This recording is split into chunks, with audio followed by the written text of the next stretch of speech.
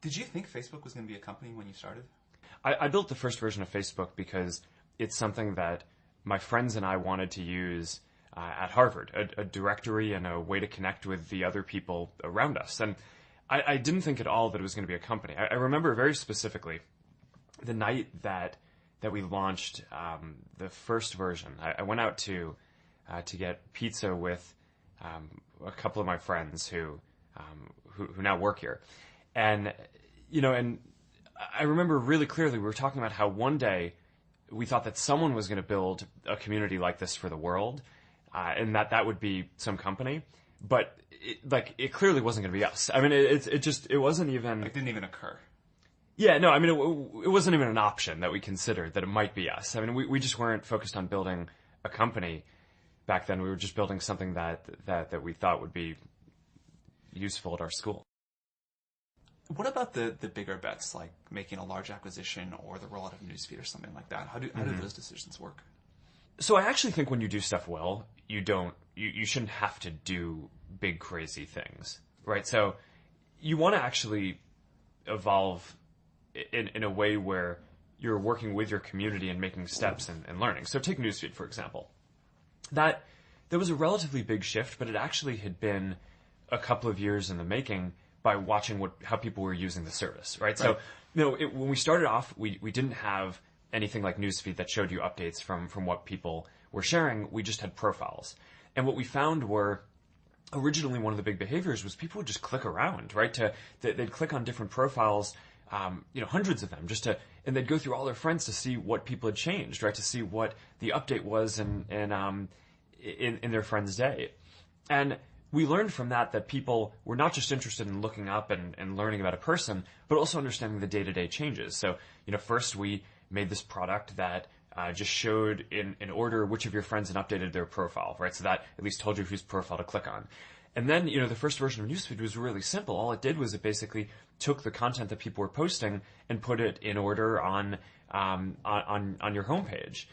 So I think when things are working well, you use data and you use the qualitative feedback that you're getting from listening to how your community is using your product to tell you what problems to go solve. And then you basically use intuition to figure out what the solutions to those problems might be. And then you test those hypotheses by rolling them out and getting more data and feedback on that. And then that gives you a sense of where to go. When I look at things like, we bought, the Oculus team for a lot of money, right? I actually view that as, if we'd done a better job of building up some of the expertise to do some of that stuff internally, then, maybe we wouldn't have had to do that. But, instead we hadn't done that. And, the Oculus team is by far the most talented team working on that problem. So it just made sense to go make this big move. But I actually kind of think as CEO, it's your job to not get into a position where you need to be doing these crazy things, right? And, yes. Of course it's inevitable, over the period of doing stuff, you can't be ahead of everything. So it's better to make big moves and be willing to do that than, have pride and not do that and never admit that you could have done something better in the past. But I think when stuff is working well, you're learning incrementally and growing that way. I always think that the most important thing that entrepreneurs should do is pick something they care about, work on it, but don't actually commit to turning it into a company until it's working. And I think that if you look at the data of like the very best companies that have gotten built, I actually think a tremendous % of them have been built that way and not from people who decided up front that they wanted to start a company, because you just get locked into some local minimum a lot of the time, a local maximum. I totally agree. And just to make this point, how far into Facebook did it actually become a company? I don't know. I think it became a formal Delaware company when Peter Thiel invested about 6 months in. When we were first talking to Peter about raising money, Dustin and I were very clear with him that we were planning on going back to school.